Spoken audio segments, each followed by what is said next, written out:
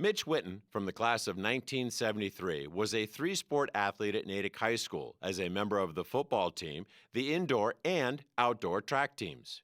In football, Mitch Witten was a captain of the junior varsity football team his junior year while still seeing playing time on the varsity. In his senior year, he was an important member of the football team that went 7-2 and won the Bay State League championship as he was a two-way starter, the long snapper, and played on special teams. It was as a member of the indoor and outdoor track teams that Mitch Witten had a Hall of Fame career in the field event shot put. He was a member of 4 consecutive undefeated track teams, the 1971-72 indoor team, 72 outdoor, 72-73 indoor, and 73 outdoor track teams. These 4 teams were inducted into the Natick Athletic Hall of Fame in 2015. In indoor track, while serving as captain his senior year, Mitch Witten took home the title of 1973 State Class A Indoor Shot Put Champion with a hurl or throw of 55 feet, 3.5 inches. He repeated that feat during the outdoor season, taking home the title of 1973 State Class A Outdoor Shot Put Champion, and added the title of 1973 New England Outdoor Shot Put Champion as well. Mitch Witten was also the 1973 State Coaches Invitational Shot Put Champion and was voted the Natick Coaches Association Outstanding Athlete 2 times in his high school track career. Mitch Witten also set the Natick High School shot put record for both indoor and outdoor track by hurling a round ball weighing 12 pounds, 57 feet, 5 inches during the indoor track season, and 58 feet, 11.75 inches during the outdoor track season. As of 2016, those Natick High School shot put records remain unbroken, some 40-plus years later. 2016 Natick High School Athletic Hall of Fame inductee from the class of 1973, Mitch Witten.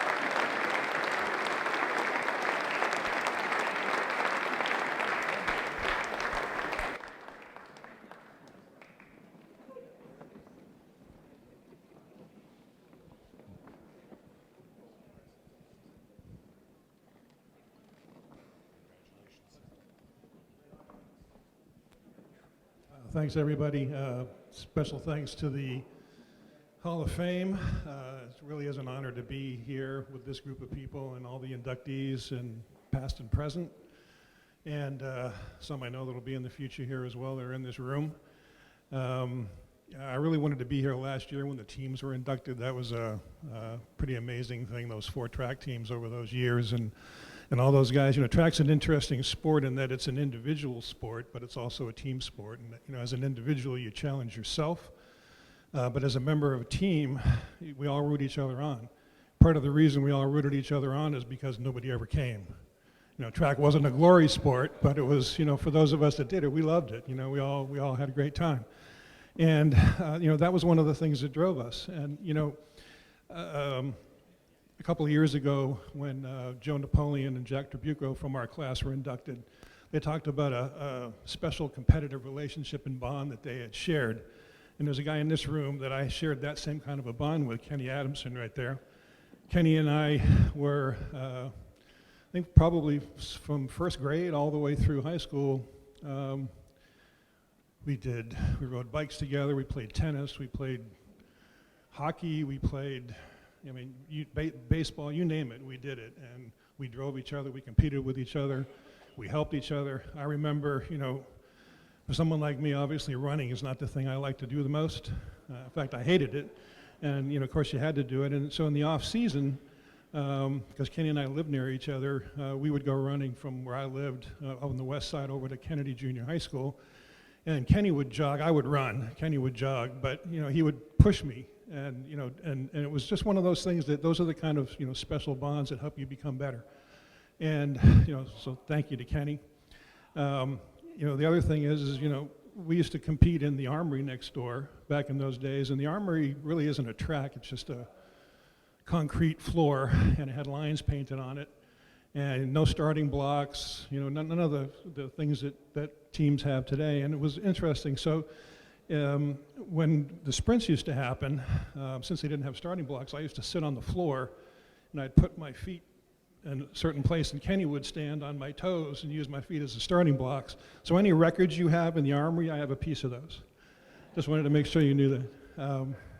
On the football side of things, that 72 championship team was really special. It was that great come from behind victory against Framingham South that everybody knows about, that famous throw and this famous catch. But there's a little piece of that history that not too many people know about, and it was, I came across it. I was very fortunate that my mom kept great scrapbooks. My mom was my biggest fan. A lot of the folks in here know my mom because she worked in the school system for a lot of years, both at Kennedy and Coolidge. And one of my sisters sent me all the scrapbooks, so I was able to go through some stuff. And I came across a couple little articles that I had forgotten about and buried in my memory. And part of it was, there's this little article that says, just before halftime of the Framingham South game, the Natick was getting ready to punt from close to their own end zone. And the long snapper snapped the ball. I never said who it was, fortunately, because it was me. And it only went a couple feet, and Framingham recovered and scored and put the game in jeopardy right at halftime. So if it wasn't for that, we wouldn't have had that famous play at the end of the game to bring it home and win the championship. So one of those infamous memories, right, that we all have from those days in school. But there's one person I also have to mention that was really instrumental for me, and that was my brother Gary, who set the shot put records in Natick and graduated in 1961. So he held both the records. And my dad died when I was about 10 years old. My brother had gone to college, gotten his degree, went to Stanford, was getting his master's degree when that happened, and was living large, having a great time out in California. He made a decision to come home, and that was a pretty rare thing to do. And he came home, he stayed at the house, and he helped with our family. I was the youngest, my brother's 12 years older, 2 sisters in the middle. And he really helped me in terms of, he was a coach to me, he was a father figure to me, he was someone that helped drive me, helped teach me about all of those things that you needed to do in order to be successful. And it was a really important part of my life, and I just wanted to make sure I mentioned that. The other thing that I want to mention is the coaches. Forgive me if I forget, but Coach Bennett, Coach Whalen, Coach Galani, Coach Carroll, Coach Burnham, Coach Barnacle, all those guys that had an influence on me. And I had a special relationship with some of those coaches as well, because as a kid, when I was 11 and 12 years old, I went to some of you probably remember Fairway Sports World, the summer camp. All those guys were the people that ran that summer camp. So I was very lucky as a kid to get special tutelage in all the sports, everything, baseball, basketball, you name it, from all those same coaches. And then I was also fortunate later in life that Coach Whalen ended up being my next door neighbor as well. So, a small town, great things like that can happen.